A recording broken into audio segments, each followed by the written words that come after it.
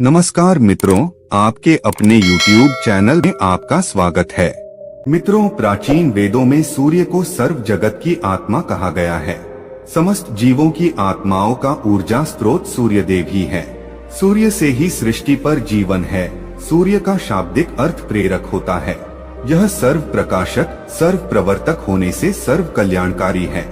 यजुर्वेद में कहा गया है, चक्षु सूर्योजायत, अर्थात सूर्य भगवान का नेत्र है। इसीलिए साक्षात भगवान सूर्य की किरणों के माध्यम से समस्त संसार का संचालन करते हैं। मनुष्य को सूर्य भगवान को जल देकर उनका आभार प्रकट करना चाहिए। यदि नित्य सूर्य को जल देना संभव नहीं है तो व्यक्ति को रविवार के दिन सूर्य देव को जल अवश्य ही देना चाहिए। इससे मनुष्य को सूर्य देव की कृपा प्राप्त होती है। मित्रों, सूर्य इस संपूर्ण सृष्टि के प्रत्येक जीव का आधार है। सूर्य देवता के बिना तो जीवन की कल्पना भी नहीं की जा सकती है।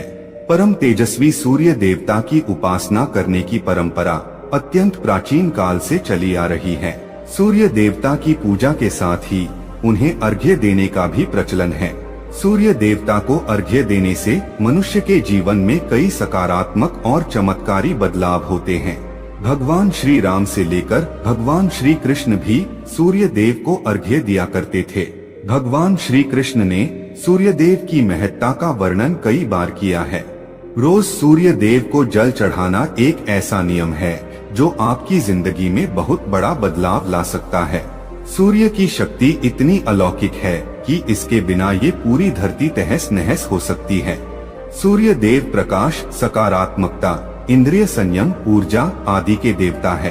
अगर आप जीवन में निराश और हताश महसूस कर रहे हैं, आपका मन आपके वश में नहीं है, आपका स्वभाव अत्यंत क्रोधी है, आप अपने काम भाव पर नियंत्रण नहीं कर पा रहे हैं, शरीर में बेचैनी महसूस होती है और आपका मन नकारात्मक विचारों से भरा हुआ है, तो आप सूर्य देव की उपासना अवश्य करें। सूर्य देव को मात्र जल चढ़ाने से आपके सभी संकट दूर हो सकते हैं। संसार की हर परेशानी का हल सूर्य देव के पास ही है। आपकी हर समस्या का समाधान सूर्य को जल अर्पण करने से ही प्राप्त हो सकता है। सूर्य देवता की उपासना करने से आत्मा की शुद्धि होती है और मनोबल बढ़ता है। सूर्योदय के समय सूर्य की किरणों से वातावरण पवित्र और सकारात्मक बन जाता है। यदि प्रतिदिन आप सुबह स्नान करके सूर्य देवता को मंत्रों का उच्चारण करते हुए जल चढ़ाते हैं तो इसके आपको कई फायदे होंगे। कुछ ही समय में आप खुद इसका प्रभाव महसूस करेंगे कि सूर्य देव की कृपा से आपका जीवन कितना बेहतर हो गया है। आप पाप, रोग, भय आदि दोषों से मुक्त हो जाएंगे और आपका जीवन खुशियों से भर जाएगा। आपका शरीर स्फूर्ति युक्त, रोगों से मुक्त हो जाएगा और आप प्रत्येक कार्य को उत्साह से कर पाएंगे। कुंडली में अन्य ग्रहों की तरह ही सूर्य के शुभ या अशुभ स्थिति में होने से हमारे जीवन पर भी इसका शुभ या अशुभ प्रभाव पड़ता है। कुंडली में सूर्य यदि शुभ स्थिति में होता है तो हमें समाज में भरपूर मान सम्मान, यश और प्रसिद्धि मिलती है। वहीं कुंडली में यदि सूर्य अशुभ स्थिति में हो तो इसके विपरीत परिणाम मिलते हैं। इसलिए कुंडली में यदि सूर्य की स्थिति मजबूत करनी है तो ज्योतिष शास्त्र में कुछ ऐसी चीजों के बारे में बताया है जिन्हें पानी में डालकर सूर्य देव को अर्घ्य देने से शुभ परिणाम प्राप्त होते हैं। किंतु मित्रों, कई मनुष्य सूर्य को जल देते समय बहुत सी गलतियां कर बैठते हैं। सूर्य को जल देते समय महत्वपूर्ण नियमों का पालन नहीं करते हैं। गलत तरीके से अर्घ्य देकर सूर्य देव का अपमान नहीं करना चाहिए, अन्यथा मनुष्य को कई कष्टों का सामना करना पड़ सकता है। साथ ही केवल सूर्य को जल देने से फल की प्राप्ति नहीं होती है। सूर्य को जल देते समय विधि का पालन करते हुए सूर्य देव के मंत्र का जाप करना भी आवश्यक है। तभी सूर्य को जल देने का फल मनुष्य को प्राप्त होता है। ज्योतिष शास्त्र के अनुसार सूर्य देव अप्रसन्न होने पर मनुष्य की बुद्धि का नाश हो जाता है। उसे चारों ओर से अपमान का सामना करना पड़ता है। ऐसे व्यक्ति की आंखों की रोशनी चली जाती है और उसे गंदा भोजन प्राप्त होता है। फल स्वरूप व्यक्ति की विद्या कम हो जाती है। वह जो कुछ भी पढ़ता है उसे तुरंत ही भूल जाता है। पिता पुत्र में अकारण ही वाद विवाद होने लगता है। सूर्य देवता रूठ जाने पर व्यक्ति पर गलत इल्जाम लगते हैं और उसके हाथ से अनजाने में कई अपराध हो जाते हैं। इसीलिए व्यक्ति को अनिष्ट कार्य करके सूर्य देव को रुष्ट नहीं करना चाहिए। इस प्रकार से सूर्य देव का हमारे जीवन में सबसे अधिक महत्व है। यदि आप अपनी मनोकामनाओं की पूर्ति करना चाहते हैं तो सूर्य देव की उपासना अवश्य करें। आइए जान लेते हैं सूर्य को अर्घ्य देने के वह महत्वपूर्ण नियम कौन से हैं। सूर्य को जल देते समय हमें कौन सी गलतियां नहीं करनी चाहिए और सूर्य को जल देते समय कौन से मंत्र का जाप करना चाहिए ताकि हमें सूर्य उपासना का संपूर्ण फल प्राप्त हो। सबसे पहले तो हम यह जान लेते हैं कि सूर्य को अर्घ्य देने का अर्थ क्या होता है। तो मित्रों, अर्घ्य देने से तात्पर्य यह है कि सूर्य देवता को भक्ति भाव से जल अर्पण करना। यह जल आप दोनों हाथों की ओंजल बनाकर या तांबे के पात्र में शुद्ध जल भरकर उसे सूर्य देवता को समर्पित करें। लेकिन ध्यान रहे कि यदि आप हाथों की ओंजल बनाकर सूर्य देवता को अर्घ्य दे रहे हैं तो अपने हाथों की तर्जनी और अंगूठे को एक दूसरे से जोड़कर ना रखें, यानी कि एक दूसरे का स्पर्श ना होने दें। दोनों हाथों के अंगूठों को फैलाकर रखें। यदि हम तर्जनी और अंगूठे को जोड़कर रखते हैं तो यह राक्षसी मुद्रा बन जाती है और इस मुद्रा में सूर्य को अर्घ्य देना अशुभ माना जाता है। यदि आप पात्र में जल भरकर सूर्य देवता को अर्घ्य दे रहे हैं तो भी उस पात्र को दोनों हाथों के अंगूठे का स्पर्श ना हो, इसका ध्यान रखें। अर्घ्य देते समय अपने दोनों हाथों को ऊपर उठाकर पात्र को पकड़े और सिर झुकाकर रखें। सूर्य देवता को अर्घ्य हमेशा सूर्योदय के समय देना चाहिए। उगते हुए सूर्य की उपासना करना हमेशा ही शुभ होता है। सूर्योदय के 2 घंटे बाद अर्घ्य देने का कोई भी औचित्य नहीं होता है। यदि किसी कारणवश आप सूर्योदय के समय अर्घ्य ना दे सके तो 3 बार अर्घ्य देने के बजाय 4 बार अर्घ्य दें और सूर्य देवता से क्षमा मांग लें। इससे दोष कम हो जाता है। सूर्य को जल तांबे के पात्र में ही देना चाहिए।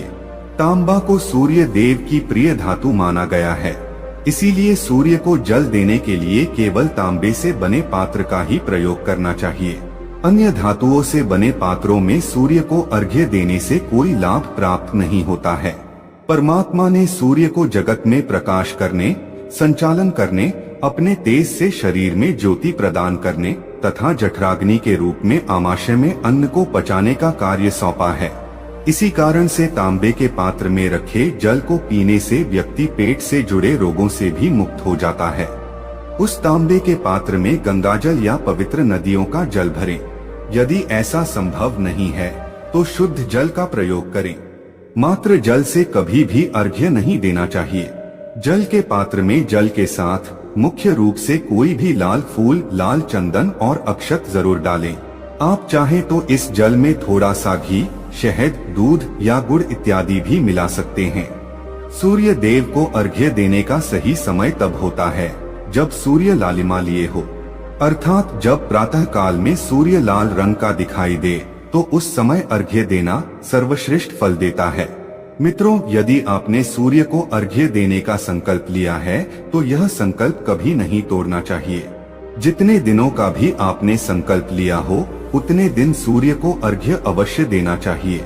यदि आप संकल्प को पूरा नहीं कर सकते तो ऐसा संकल्प नहीं करना चाहिए, इससे सूर्यदेव रुष्ट हो जाते हैं। दोस्तों, भगवान श्री कृष्ण ने सूर्य देव को जल देने का मंत्र बताया है जिसका उच्चारण अवश्य ही करना चाहिए। वह मंत्र इस प्रकार है, ओम खगोलकाय नमः। इसके अलावा आप ओम घृणी सूर्याय नमः इस मंत्र का जाप भी कर सकते हैं। इस मंत्र का उच्चारण करके सूर्य को जल देने से दरिद्रता का अंत होता है और व्यक्ति को सुख समृद्धि की प्राप्ति होती है। दोस्तों, सूर्य देव की महिमा अपरंपार है और प्रतिदिन ही हमें उनका आभार मानना चाहिए। परंतु ज्योतिष शास्त्र में मुख्य रूप से रविवार का दिन सूर्य देवता का दिन माना जाता है। इसलिए अपनी कुंडली से सूर्य दोष को दूर करने के लिए आपको रविवार के दिन विशेष रूप से सूर्य देवता का उपवास रखना चाहिए और सूर्य से संबंधित वस्तुओं का दान करना चाहिए। सूर्य देव से संबंधित वस्तुएं हैं तांबा, गेहूं, गुड़, चंदन तथा पीले रंग के वस्त्र आदि। इन वस्तुओं का रविवार के दिन दान करने से व्यक्ति के सभी दुखों का अंत होता है। यदि आप बीमार है अथवा घर में सूतक है या अन्य कोई समस्या है जिसके कारण आप सूर्य देव को अर्घ्य नहीं दे पा रहे हैं, तो इसके लिए शास्त्रों में मानस पूजा का प्रावधान किया गया है, यानी कि आप अपने मन में ही सूर्य देव को अर्घ्य दे सकते हैं। मित्रों, सूर्योदय पूर्व दिशा से होता है और यदि किसी कारणवश सूर्य देवता दिखाई नहीं दे रहे हैं तो आप उनका मन ही मन स्मरण करके पूर्व दिशा की ओर मुख करके उन्हें अर्घ्य दे सकते हैं, लेकिन कभी भी सूर्य को अर्घ्य देने का संकल्प ना छोड़े। तो दोस्तों, इस प्रकार से आप भी सूर्य देव को अर्घ्य देकर सूर्य देव की कृपा प्राप्त करें। तो दोस्तों, यह कहानी आपको कैसी लगी हमें कमेंट सेक्शन में जरूर बताना, और अच्छी लगी हो तो इस चैनल को सब्सक्राइब जरूर कर लेना।